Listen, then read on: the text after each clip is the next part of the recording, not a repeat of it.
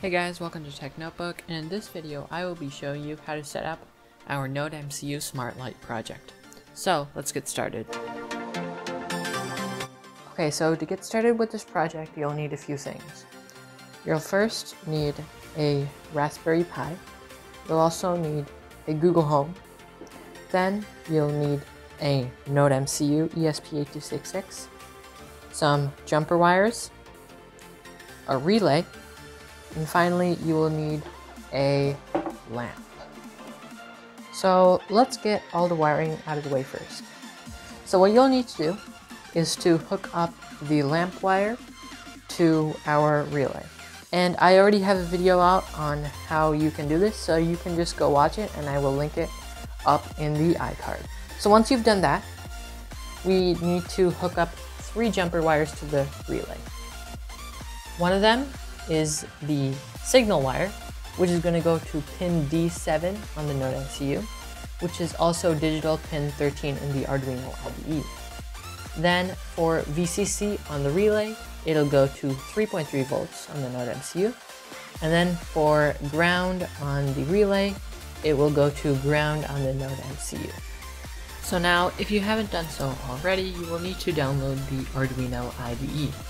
You can do so by going to Arduino's website, which I can pull up right here, and then just go to download, which should be somewhere around here.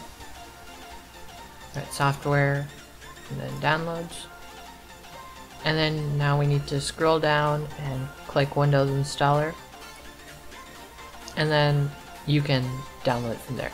But I already have it installed, so let's just open it now.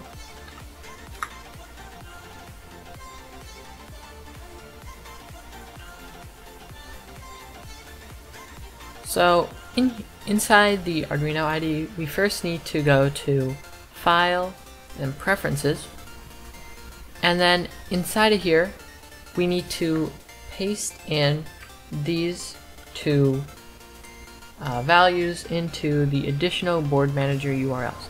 I will leave these 2 things in the description so you can go copy and paste it into your Arduino IDE. So now that we're done loading the board into the Arduino IDE, we need to load in our Adafruit MQTT library, which we'll be using for the Node MCU to communicate with our Raspberry Pi's local MQTT broker.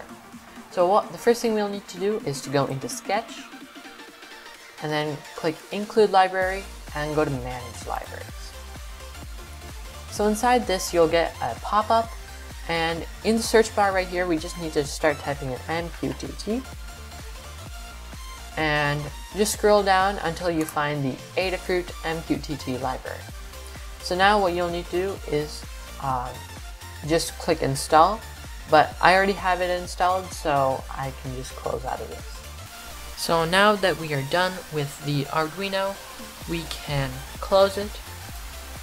And so now we need to write a disk image to a Raspberry Pi in headless mode. So I have a tutorial linked up in the iCard somewhere in the top right, where you can click and watch this tutorial on how to set up your Raspberry Pi without having to physically connect it to a monitor or a keyboard.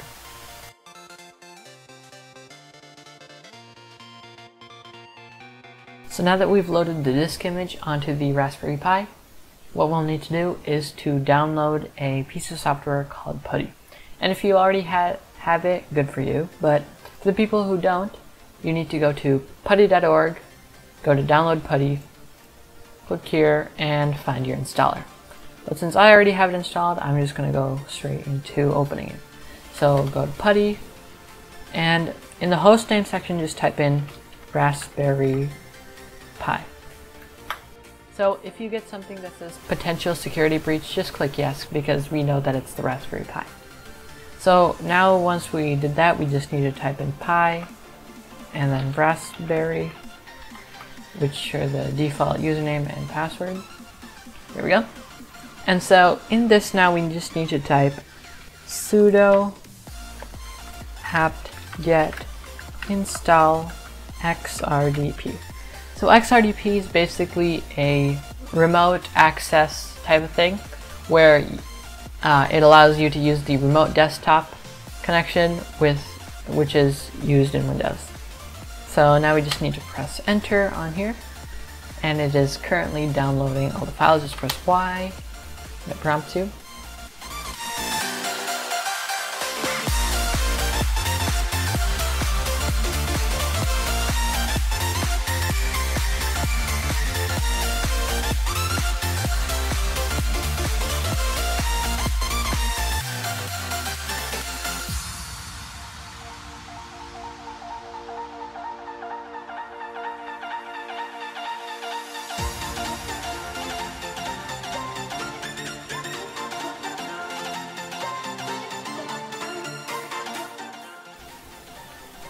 Okay, so now the installation is done.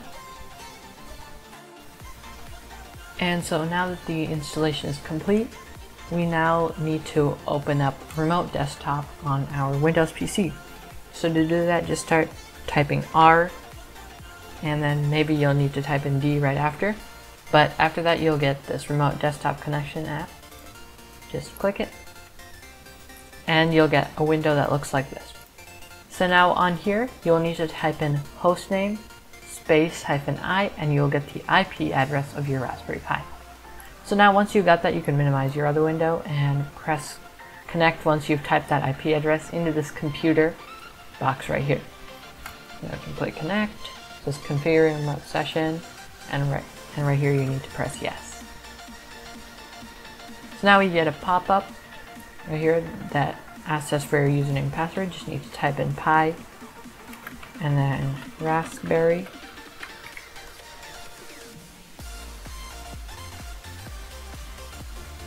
And now we should be greeted by the Raspberry Pi desktop.